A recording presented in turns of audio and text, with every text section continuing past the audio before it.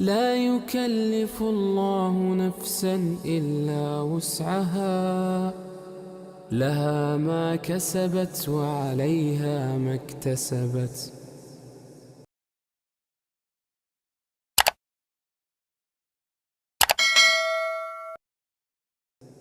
Kalau Anda ingin mendapatkan ini semua, tidak mudah kata Allah.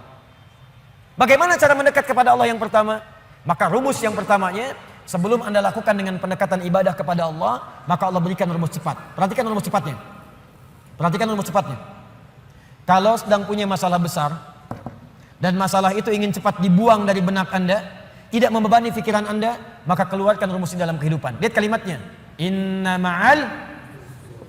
Lihat. Alladzi anqadha dhahrak wa rafa'na laka dzikrak. Fa inna ma'al usri yusra.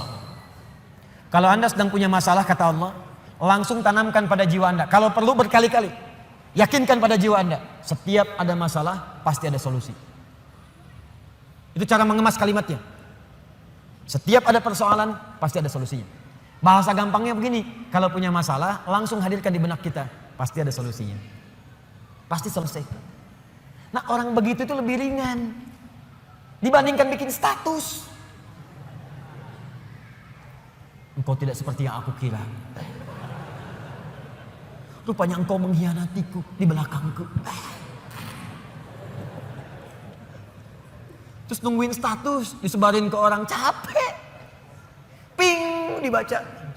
Kunaon, cek? Itu biasa, abi mah sabar. Capek. Buat apa? Yakinkan Allah tidak akan menguji saya kecuali saya sanggup. La yukallifullahu nafsan illa wus'aha. Yang kedua apa? Inna ma'al usri yusra. Ini pasti selesai. Kata Allah, lihat sini. Kalau Anda sedang punya masalah seberat apapun usrun, kalau masalah itu ingin diringankan oleh Allah, walaupun solusinya belum datang, maka tanamkan pada hati Anda, ini pasti selesai. Mudah. Seperti ngangkat tisu. Gak ada yang susah bagi Allah. Orang yang dekat dengan Allah, dia tahu semua solusi ada pada Allah.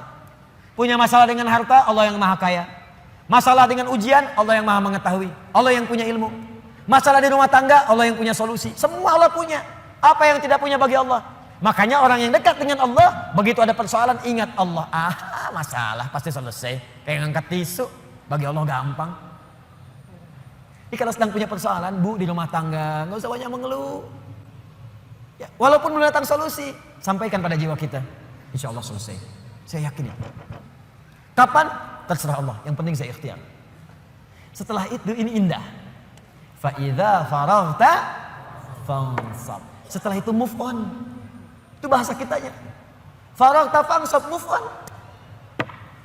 Kalau kita udah selesaikan yang ini, siapkan lagi rencana berikutnya. Jangan mati sampai di situ.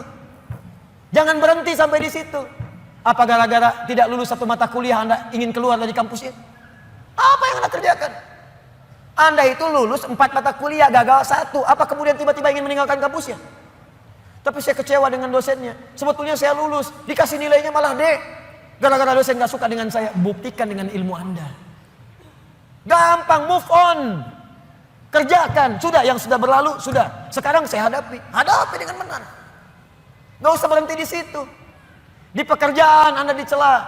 Gak benar kamu begini. Buktikan, sekarang saya selesaikan. Fa idza faraghta fansab. Kalau udah selesai yang ini, siapkan yang berikutnya. Setelah itu wa ila rabbika farghab. Jangan lupakan hubungan dengan Allah supaya diringankan apa yang Anda sedang kerjakan itu. Itu rumusnya. Ini memang mudah dibincangkan dan tidak mudah dipraktekkan. Tapi kalau kita jadikan manhaj sebagai acuan, insya Allah akan berpengaruh pada kehidupan. Gak percaya silahkan Anda praktekkan. Keluarkan rumusnya sebagai kesimpulan.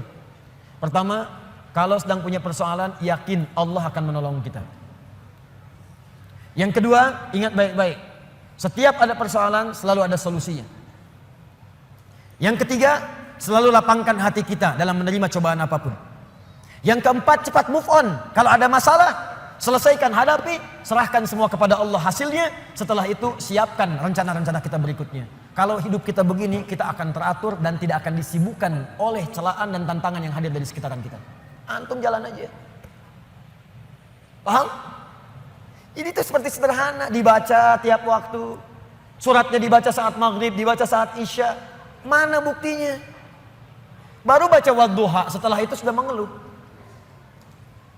Wala sawfa yu'tika rabbuka fatarda, sampai ujungnya wa amma bi ni'mati rabbika fahaddits. Assalamualaikum warahmatullahi wabarakatuh. Assalamualaikum warahmatullahi wabarakatuh. Kenapa akhi? Masalah saya belum selesai. Sabar, terapkan. Jelas sampai di sini?